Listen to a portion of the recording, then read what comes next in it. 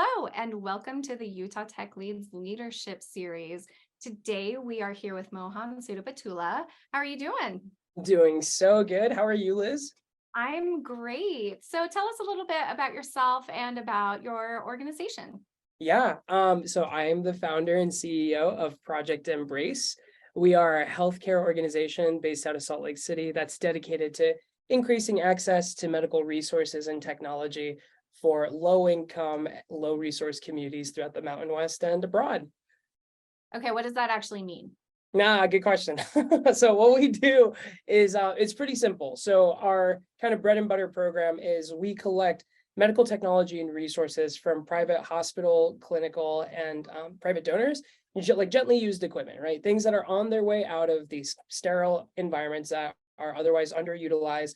We clean them up, we refurbish them, and then we get them out to low resource clinics that often serve the uninsured, undocumented, or otherwise just those who face access barriers and being able to, get access to this medical equipment or medical care. So that's what we do. We do a handful of other things as well. Like we have a few advocacy-based programs. We're looking to inaugurate like traveling clinics and do more robust healthcare work. But really, like what we're good at is the supply chain operation. So yeah. Absolutely. So, how did you get into this? Good question. I started while I was a student and while I was up at the University of Utah, and I started just honestly, I think like any other reasonable person, I saw a gap in the market and a need in the community, and just put one and one together. Like it really was as simple as all these things are hemorrhaging out of our hospital and creating a there's just a lot of preventable waste in healthcare, right? Like whether it's an argument from environmentalism or an argument in access and affordability, there's a massive resource pool that's not being utilized, and I'm trying to facilitate an interaction with those resources to communities that need it. And just one and one. And over the course of time, especially during the pandemic, I think we really got our feet and really just were able to scale the operation to what it is now.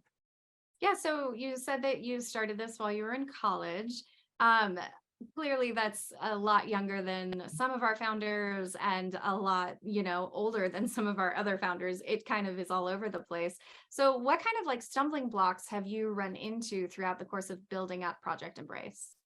That's a good question. I think having started it when I was younger, I really just went into it very unapologetically and just, I'm going to do this. And I was very headstrong about it, and didn't realize the level of sophistication and nuance that I needed, not just, an in-depth understanding and knowledge of how healthcare systems and operations work in context of, administration, policy, regulation, compliance, but then at the same time, I mean, we are, I would consider us a tech company in that we are working directly with medical technology, and how we keep track of our social impact is all but kept under our own suite of technology that we built from the ground up because it's a very novel operation. And so I think one of the biggest stumbling blocks was, just a I think fundamental lack of understanding and skills necessary to see this thing grow. And that's something that's really easily coachable and teachable. And so it was true to what you just said. It was a stumbling block rather than an obstacle. And so I think we went in and we started being loud and proud of who we were, before really understanding how to see this operation not just succeed but scale. And so that's probably the biggest stumbling block we've come across. But the pandemic was really trial by fire, and that I think once we really were able to figure out how to maneuver in such a clunky and otherwise awkward time, and outstanding time, really, we've come out a lot stronger and a lot more robust in how we approach things. Sounds like there was a large learning curve for everybody involved. Were Mm. there any specific leaders in the community or leadership traits that you saw that you felt like you really needed to adopt for yourself or for your organization? Yeah, that's a great question. I think one of the biggest advantages that we have as an organization is, generally speaking, I feel like there are two types of entrepreneurs. There are those that are very conservative and secretive about what they're doing, like really just work in the shadows, and I'm just going to do my own thing. and not tell anyone about what I'm up to, because I don't want people to either criticize me, poach my idea, or like allow for any type of competition to come in and interfere. And it's fine. I think a lot of people succeed that way. What we really tried to do was be a lot more collaborative, and that was something that was directly taught to me, of the idea of, look, like, there's always going to be people that are interested in what you're doing. Maybe there are people out there that can do it better than you. That's fine. But the truth of it is, you're the one that's doing it. And at the end of the day, if you're submitting yourself to be the champion of this space and the leader in this area, you need to be willing to own that and be willing to talk about it and defend it. And so a lot of my mentors and a lot of these like traits that I instilled within the bedrock of Project Embrace was that we are collaborative, that we want to work with people, that we have no secrets, that we are transparent. And that has taken us a very long way, and it has opened up a lot of doors. And likewise, it's pointed out, I think, a lot of what would have been problems if not addressed earlier. So, if anything, it's if you have the opportunity to put in a carbon monoxide detector in your house, you absolutely should, right? Like, it's there's a lot of problems that we've been able to avoid just by being on the right side of the conversation, because we were willing to have a conversation. And so that, I think, is probably one of the biggest traits and one of the biggest things that I try to really emphasize on a day-to-day in every context of our operation with our team. So if you could talk to yourself 5 years ago, 10 years ago, 15 years ago, what would you tell baby Mohan to do or think or invest in? Or like, what would you tell that small young person with bright eyes and a bushy tail? Man, that's a good question. I kind of Okay, so I have a more generic answer for you. And then I also I think I have like a very specific one to me. Normally, like when asked like, like what would you tell like aspiring young entrepreneurs or people who are looking to like, like shake the cage a little bit. My general advice is just that of three parts. It's to think big, start small, and act fast, right? Like, let yourself dream, be ambitious, and just think that you can take on the entire world, right? Starting small, I think, is the next step. A lot of people end up just waiting until like it has to be perfect. It needs to be the final product before I really hit things off, or before I do anything. I need to know everything. I need to know this textbook backwards. And I think being able to get over that and just start anyway, and to start like from humble beginnings. I mean, we started in a dorm room, and we occupied my parents' garage for the longest time. And so thinking big, starting small, and then acting fast, being able to share, collaborate, grow while you have the support. And again, not waiting for, not waiting until the opportunity is gone or before someone else takes it, or, like it's just about being able to do those three things. And so that's more the generic advice I would have to anyone who's, especially someone who's younger, right? Like to just take that and run with the prompt. For me in particular, I think there's a lot of my background was not in any I did not study healthcare. I did not study tech. I did not come from a very technical background, and my family is also not from a very technical background. And so I think what I would tell my younger self is that just always be willing to learn, and always be willing to be coachable, and let that be the greatest tool you have against imposter syndrome. Because no matter what, you're never going to feel like you've made it. And no matter what, you're never going to feel like you're good enough. But if you're willing to learn, and you're willing to challenge yourself and accept where your strong suits are and work on where your weak points are, that's the most any of us can ever do. And that in of itself is a massive level of confidence and courage that I don't think a lot of people really talk about. So I would say, the greatest weapon to imposter syndrome is to always be willing to learn. That's what I would probably tell myself. Absolutely.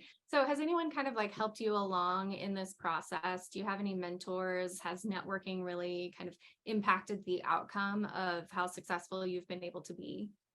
Yeah, that's a great question. Wow. That's I'd like to thank the Academy. There's just so many people. But I think, realistically, what I've always said at Project Embrace, and what like our kind of golden plaque that we slap on the way out the door, is it takes individuals to recognize a problem, but communities to realize its solution. And I think it's one of those things where, yes, I noticed something and like that's fine. But at the end of the day, there's no way we would be here or be who we are if it wasn't for every single person that has helped us along the way. Whether it's a mentor that has coached me and taught me very specific skills on how to run this organization, to donors who have contribute anywhere from like $1 to something like much more substantial, to all the volunteers that we have. It's really hard to say. And I mean, I've had so many people believe in me throughout the years, and it would, that after movie like credit scene would just go on forever if I listed everyone. But truthfully, it's the collective vote of confidence that comes from the entirety of the community and our ability to grow that has led us to where we are. And I'm so grateful for all those gifts every day. Like every day I wake up, and when I'm not feeling it, it's like Christmas in my brain every day when I think about all the people that still believe in us and still want us to grow and succeed. And so, yeah, we really wouldn't be here if it wasn't for every single person that's been part of this journey, including you. So, yeah. Kind of you. So like obviously community engagement is a part of the success of your program and what you do, but community engagement is also kind of near and dear to your heart. You're very keyed in, very plugged in to what's happening around you. So has UTL been able to help in that respect at all? Oh yeah, 100%. I think there's you're right. I think one of my greatest personal values is community engagement outside of just business practice and everything. I think it's so important that you always stay plugged in with what's going on, in your state, in your country, in your city, in your neighborhood, in your home, right? Like community engagement across the board. And like that's great. It does, like take energy to be able to find who you need to talk to, where you need to be, or like figure out where to get the best information of what's happening and how you can help. And again, I think this just comes from the whole collaboration thing. Like one thing that I love about UTL is it's one of its primary objectives, and one of the things that I've gotten the most out of it is just being able to meet and be introduced to all sorts of other change makers that care about the community and learn about what's happening and how we might be able to come in. I mean, on paper, Project Embrace is a pretty simple operation, right? But we've been able to do so much more and engage in very complex conversations around tech, healthcare, and healthcare technology because we've been involved with the community. And that's not something that I'd like to think put me in a room of people and I will gladly talk to people, sure. But knowing where to go, knowing who to talk to, knowing what is going on, right? Like that is something that UTL has been an absolute godsend for us for. And so, without UTL, we wouldn't be in half the rooms that we're in. And I am forever in debt to UTL for that. But community engagement is absolutely UTL's strong suit. And, as cliche as it is, I'm just happy to be here for the ride. Absolutely. A rising tide lifts all boats for sure. Yes, exactly. So thank you so much for being here with us today. We really appreciate your time and we will see you soon. Yeah, thanks, Liz.